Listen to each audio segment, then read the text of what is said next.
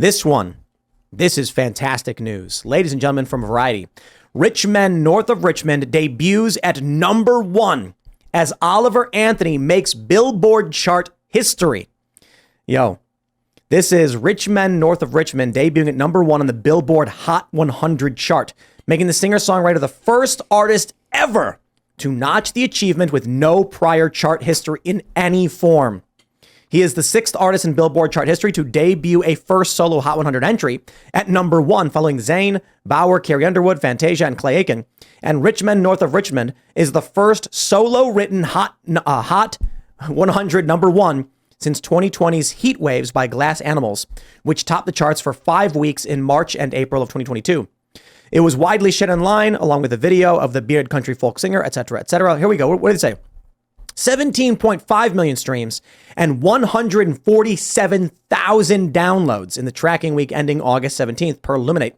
A YouTube video of the song has 30 million views to date, which means he will likely be #1 next week as well. Here's what I got to say to y'all. Go to iTunes, buy the song, give him the $1. One purchase for $1 counts as 150 streams.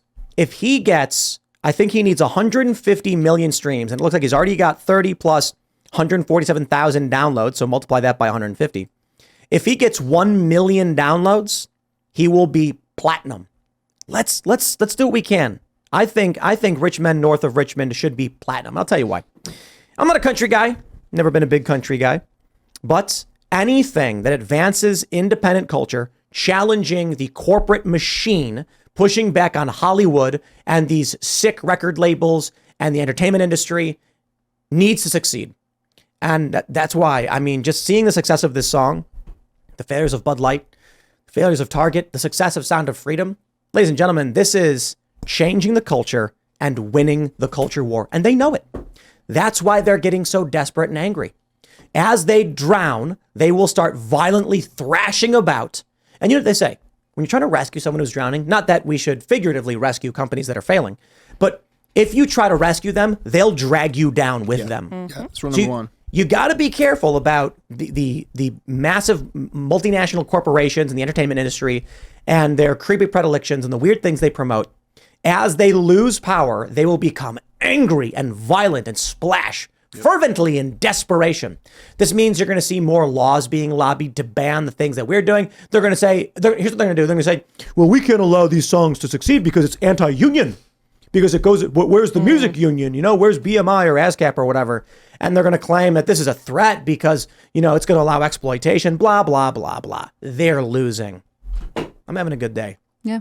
I think it's cool. I like when things just organically happen. I'm not a particularly like musical person anyways, but so often I feel like the songs that are popular right now are just developed in the machine for the machine to benefit the machine. And it's cool to see someone else do something and it have such a big response. I have a confession to make. I've read the lyrics, but I've actually not listened to the song yet. But I tend to be a little bit apprehensive about stuff like that for exactly what you said, where I think it's probably some sort of, you know, setup or kind of trying to create the feeling of virality. And the fact that that's even a thing is honestly so weird, you know, that they'll try to come across as being organic, which I'm not saying that is. So I've honestly been a little bit apprehensive of it. I contrast this with Miley Cyrus's Flowers, which it was like a catchy, fun song, I guess, but it had no kind of substance to it. Oh, sure. And also they prepped its release by basically hinting and dropping notes in the tabloids like,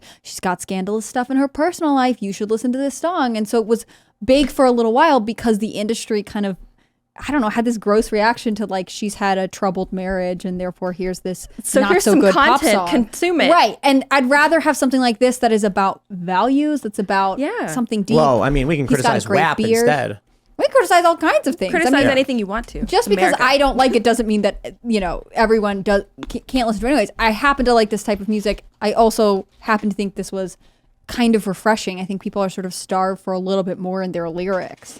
I think that a lot of country music roots were absolutely kind of centered in that sort of theming too, you know, or however you say the word. But I will add this. I've explained this in the previous segments we talked about with Billboard. But we put out some music, and the challenges we face, the music we make and independent artists are making, people who are outside the machine, is that a major label band releases a new album. That label will go to Pandora, Spotify, blah, blah, whatever.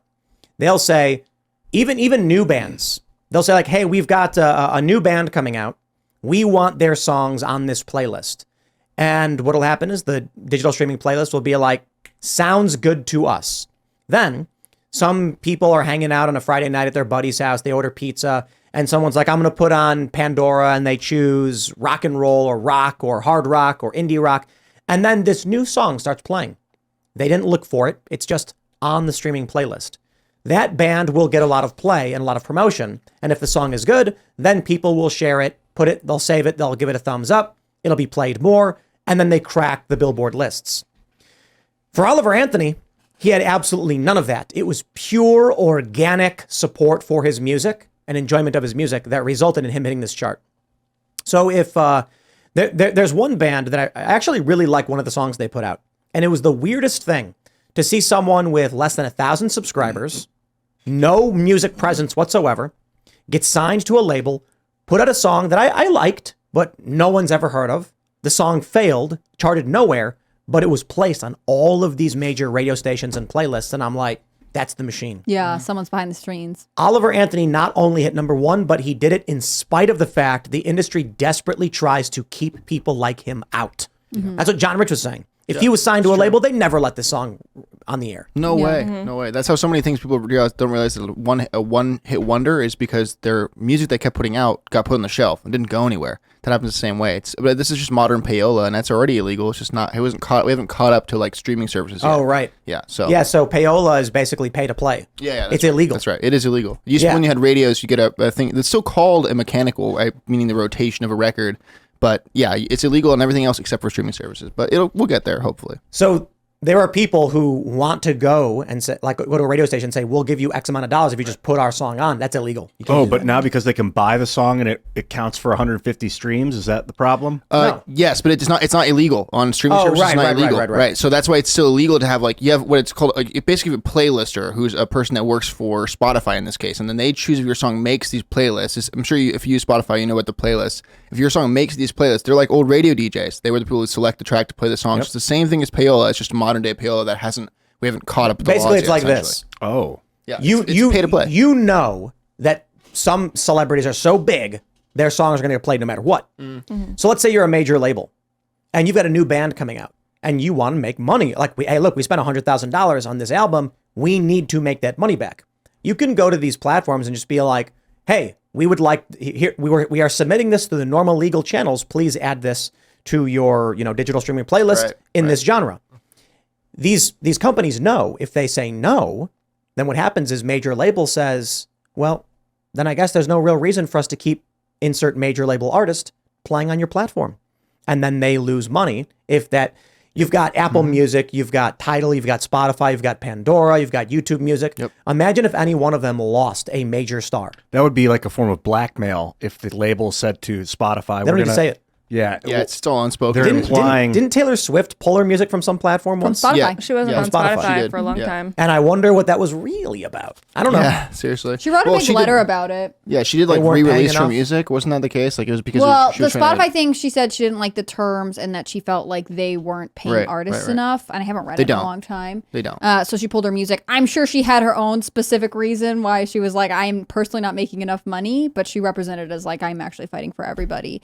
And then the masters thing is something else. But It is crazy how little you make. Like, this is the crazy thing. It's people don't realize you make almost nothing. Even on really big songs that get money and you were on the people, like you see a lot of who wrote the song, whatever, you get included on that and you make nothing. I made nothing when I was working for them. I mean, not enough to survive and make life. So Yeah, we put out a handful of songs, and with the few songs we put out, we experimented with different ways to promote and different ways to like how we tell people what to do. So with like one song, we said, hey, everyone, just go and buy the song. And then we charted really well. Then with another song, we're like, hey, everyone, go listen to the song. Listens don't do anything. You make $0, you get nothing, and then you are just, it doesn't even matter. You can get 2 million views plus sales, and then 3 million views, and the sales, you chart, you make money. Streams don't do anything for anybody. nope. And charting is sort of make or break, I would assume, for music. Like that's how you get what is if you wanted to support a local artist, is it better to buy their song on iTunes or is it better to listen to them 100 times on? Well, here. I'll simplify it for you. Is Oliver Anthony better off with you handing him $1 or you giving him nothing? I mean, I would assume it's better to hand him $1, but I guess what I'm coming up to is it imperative that artists then go on tour? Like if you want to make it as a musician, what do you need to do? Like that's the idea. For Oliver Anthony, if he peaks at Billboard, #1, that's awesome. But then if he wants to continue, but like he can't survive at #1. Like, is that going to make him a living? He's going to have to tour. Like, what are the next steps of his musician? Yeah, that's like the thing. If you make money, like the idea and the argument for streaming is that you don't make money on the stream. Streaming is essentially your advertising. Your like your merchant, or not really. You make money from merchandising, selling stuff. Vinyls or clothing or whatever, and you make money from touring, which is going on tour and going to different states, and then make money on the tickets coming in. You don't really make money on the actual music. So if he wants to be, he's a millionaire overnight. Yeah, definitely. Not because of any of these stupid deals. He shouldn't take them, but because I imagine all of these festivals are going to be like, we got to get this guy. Yeah, he's got the biggest song in the world, and right now he can charge whatever he wants because people want to see him perform, and he deserves it. This is natural talent. Breaking through the machine. Yeah. I want you to imagine this. There is a bunch of angry suits waving woke signs, and this guy runs full speed with a sledgehammer, spins around, and throws it into a giant TV they're all watching. Yeah. That's a nice visual. That's kind of how I see it, right? So more of this. This is like the music version of Sound of Freedom. We're breaking through the industry. People keep saying to play it. In the comments. Well, but we can't. I'm not gonna. People should listen to his song. No, yeah, people should go to the actual You thing should go to iTunes right now and buy the song. Yeah, 100%. Give the man $1. Yeah, if you like it and you support the music, go and buy it. If you've already heard it and you liked it and you didn't go and buy it, like, what are you doing? What do you guys think about now? Because the age of the recording artist making a bunch of money is kind of waning. It used to be in the 1900s. It was like the only time in history that you'd be able to like spend 2 hours recording a song and then you could sell it for $100 million over the next 80 years. Yeah. And now you don't control distribution really anymore. It was a blip. So like, is it smart to make your own music and just let people download it from your website, you for 99 cents? All the money goes right to you. Screw iTunes, screw Amazon. That's what I would do. But then you wouldn't chart? No charts. Fuck all that. That's your advertising. All the prestige crap. Just sell it directly to your people. That's what they do in punk rock and dance music. I would say yes, but. Obviously, we want that, but for the time being, we want to take over the industry. I want when young people are looking up to a musician because they want to be #1, they don't see WAP. They see Richmond, north of Richmond. This is culture changing. This is going to be inspirational for the younger generations. This also, you've got young people who are skewing conservative, these young men. Sure, fine. They're going to go that direction no matter what. Thanks for watching this clip from the Timcast IRL podcast. Hang out with us live Monday through Friday at 8 p.m. and become a member over at timcast.com for uncensored, members-only shows exclusive. Thanks for hanging out, and we'll see you all next time.